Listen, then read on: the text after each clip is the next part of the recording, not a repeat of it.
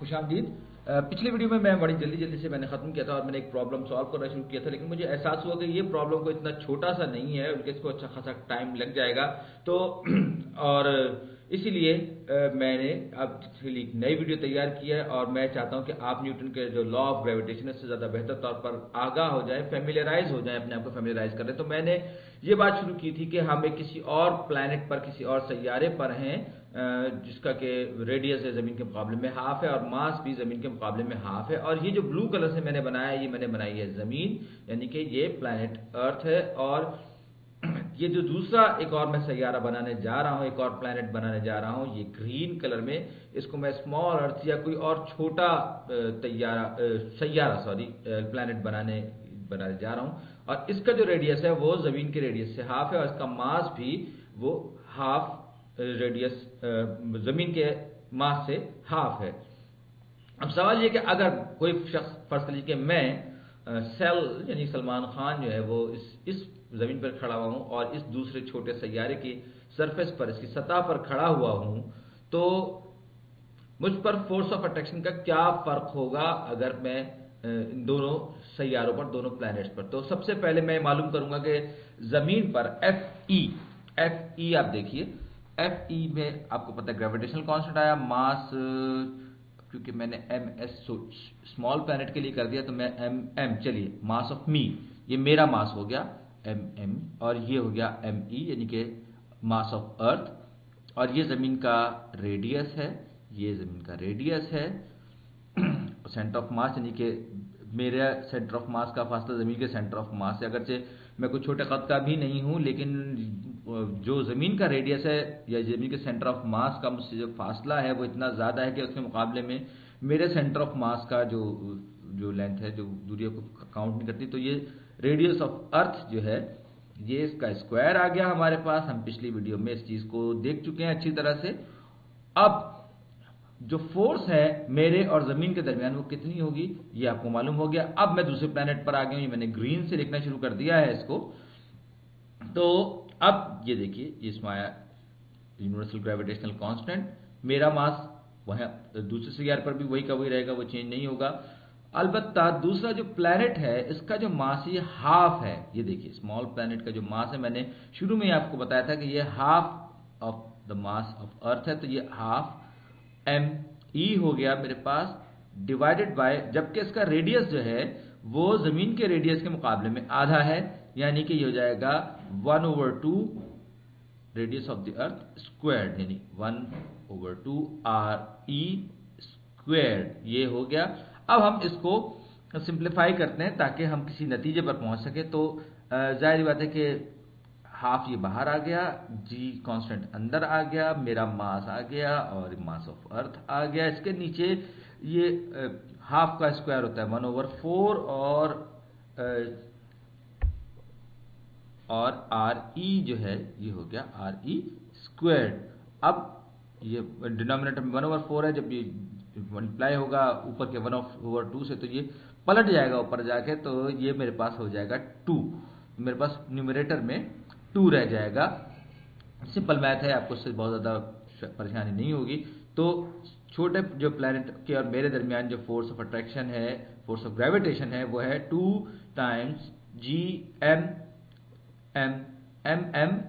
S M E over R squared. और ये exactly देखिए, ये बिल्कुल वही है जो कि हमने पीछे इसमें मालूम की थी। फर्क सिर्फ और सिर्फ इतना है कि यहां पर आकर 2 जो है वो शामिल हो गया है, यानी कि ये जो छोटा प्लैनेट है, अगरचे इसका मास कम है, रेडियस कम है, लेकिन फिर भी ये ज़मीन के मुकाबले में मुझ पर या यूं कहें कि मेरे और इसके दरमियान जो है ज़मीन के मुकाबले में दुगनी फोर्स ऑफ अट्रैक्शन काम कर रही होगी, दुगनी फोर्स ऑफ ग्रेविटेशन काम कर रही होगी। और बात क्या हुई, बात ये कि 2 बॉडीज अगर एक दूसरे को अट्रैक्ट कर रही हैं ग्रेविटेशनली, तो उनके अगर मास जो है वो मैटर करते हैं, उनकी अहमियत है, तो साथ ही साथ उनके रेडियस की, कितना उनका दोनों का सेंटर ऑफ मास का आपस में कितना फासला है, वो ज़्यादा मैटर करता है, क्योंकि ये स्क्वायर्ड क्वांटिटी है। और यही वजह है, आपने देखा कि हमने मास भी हाफ किया और रेडियस भी हाफ किया, लेकिन उसके बावजूद जो फोर्स थी वो स्क्वायर के हिसाब से बढ़ी,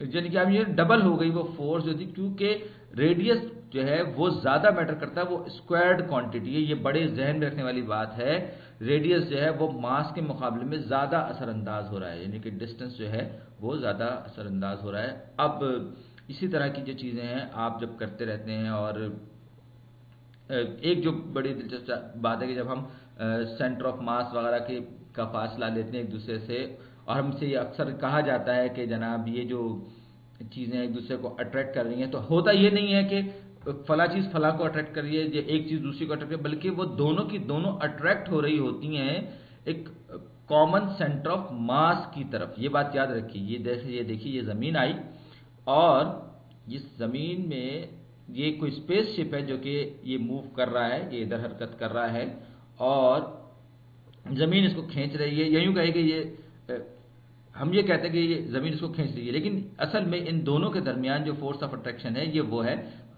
F = G m1m2/r²। और ये जैसे कि मैंने कहा था कि अपने कंबाइंड सेंटर ऑफ मास की तरफ अट्रैक्ट हो रहे हैं। सही।